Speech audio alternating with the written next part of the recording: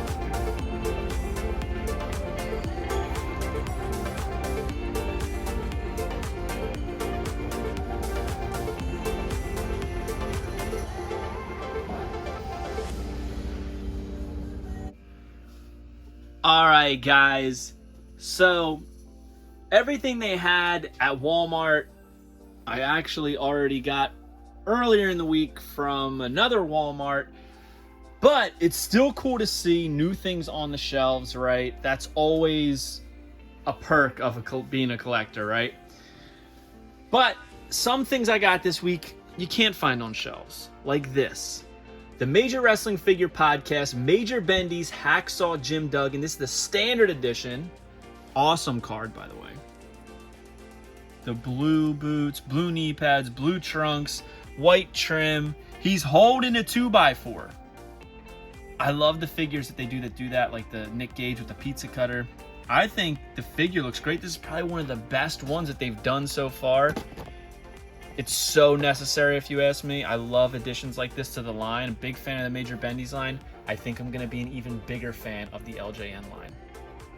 But that's not it. I ordered two in hopes I would get a Chase, and what do you know? I did.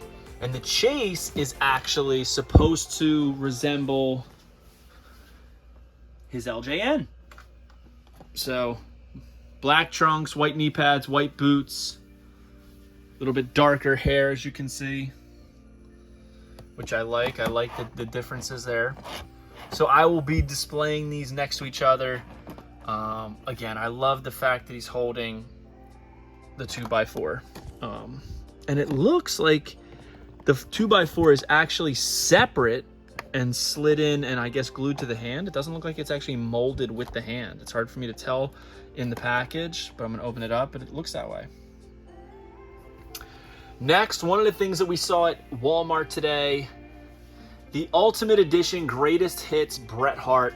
Now, some of you might remember I actually had this Bret Hart already.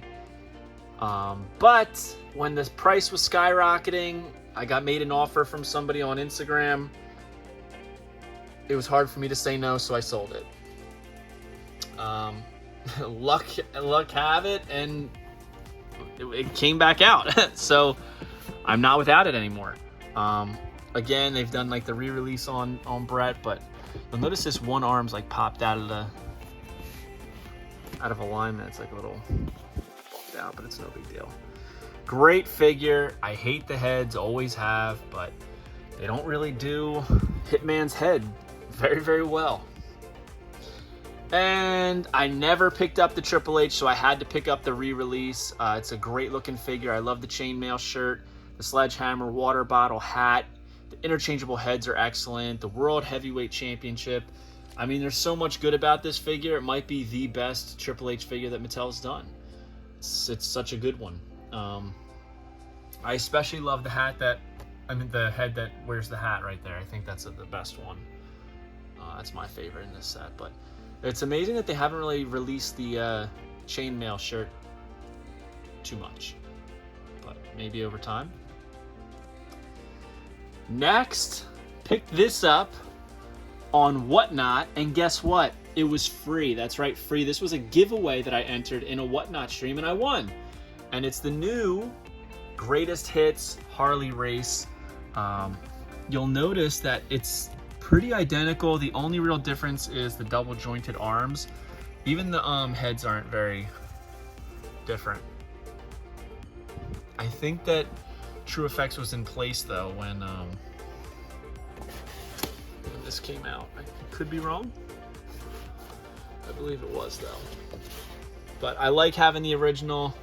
Now we have the new one. You'll notice that the gold on the crown is a little bit darker on the new one. It's missing some lines. They're kind of spaced out a little weird. But I guess that's their way of making it different, right? Gotta love it. So, if you're not on Whatnot, you need to be. Join Whatnot at whatheal.com. You'll get $15 off your first purchase, or $15 to apply to whatever you want. I mean, it's a great deal. Why not? It's free money. So, and there's giveaways everywhere. I don't see why anybody's not doing it. But if you've been following the channel, you know this week we unboxed some things from our friend Mitch over at Hastel Toy. We got Grapplers and Gimmicks Series 1, 2 figures in each series so far, and that's going to be Smoke Train Charles Wright and Tony Norris. We unboxed these. I really dig them. I like that the Smoke Train is in the exact same colorway as the BCA.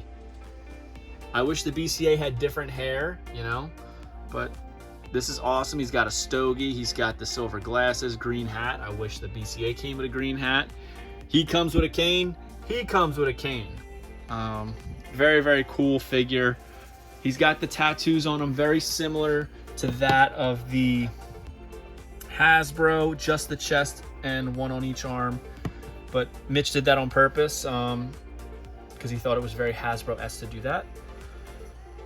The only negative that I had was the arm can bend all the way backwards. There's nothing stopping it like a real Hasbro. But I'm sure in time they're going to fix that. I really do truly believe that. No issue with the articulation and moving it around. Nothing fell apart, didn't break. It's not cracked. It's in good shape. I have no complaints on it. Carding was pretty cool. Thick carding that doesn't fall off the card easily. So I think it's a great product so far. It's impressive how fast that this came out, and a lot of us didn't think it was going to. And we also got Tony Norris, aka Ahmed Johnson. All right, and you'll notice on the back of this one, it's got some sneak peeks of Juan Rivera, which is Savio Vega, Nelson Frazier, Mark Canterbury. There is the Ahmed artwork. Very cool. But again, I didn't have any issues with my Ahmed either. When I lift the arms up, it doesn't crack or split. One thing I was trying to explain to people is that, you know, some of these are isolated incidents. I think that there's a lot of spotlight on Mitch because a lot of people were, you know, kind of hoping that he would fail. So there was a lot more reviews and widespread sharing of issues with his figures. But I mean, I've opened Mattel figures that fell apart. I've had literally every figure line have an issue with at some point that I've reached out and had it fixed, because there are quality control issues in every line. Like I said in one of my videos, if you produce t-shirts, you order 150 t-shirts, there's going to be ones that are defective, which is why usually they'll give you extra ones. Stickers, no matter what you produce, there's always going to be defective ones. Doesn't mean that the majority are, but I do think this is a great looking figure. I love the head sculpt. I think it's very Hasbro-esque. I love all the pads on the legs, and this is an original mold that they're not gonna be able to use again. And I think that says a lot to the character of Mitch and how he sees this line. And bravo to them on this. I love these grapplers and gimmicks. Next up, picked up the Undertaker from Ruthless Aggression Series 4. Something I was worried I wasn't ever going to be able to get. I'm still kind of worried about Eric Bischoff, but I think that this is the best American Badass Undertaker head. I love the bandana over it. Looks great. Very, very basic, you know, but that's what Ruthless Aggression figures were, right? And this is based off Ruthless Aggression era. So he's got the blue jeans belt, the black singlet top, the gloved hands, and a chair. Very, very simple. There he is, Big Evil. The dead man keeps rolling down the ring, digging holes and taking souls. Anyone who wants to try him, he'll make them famous. Pretty cool. Houston, Texas, 6'10", 305, the last ride. Gotta love Taker, right? But that's not it. I also had to get my favorite of all time, the Stone Cold Steve Austin. I saved this for last because I just think this figure is so cool.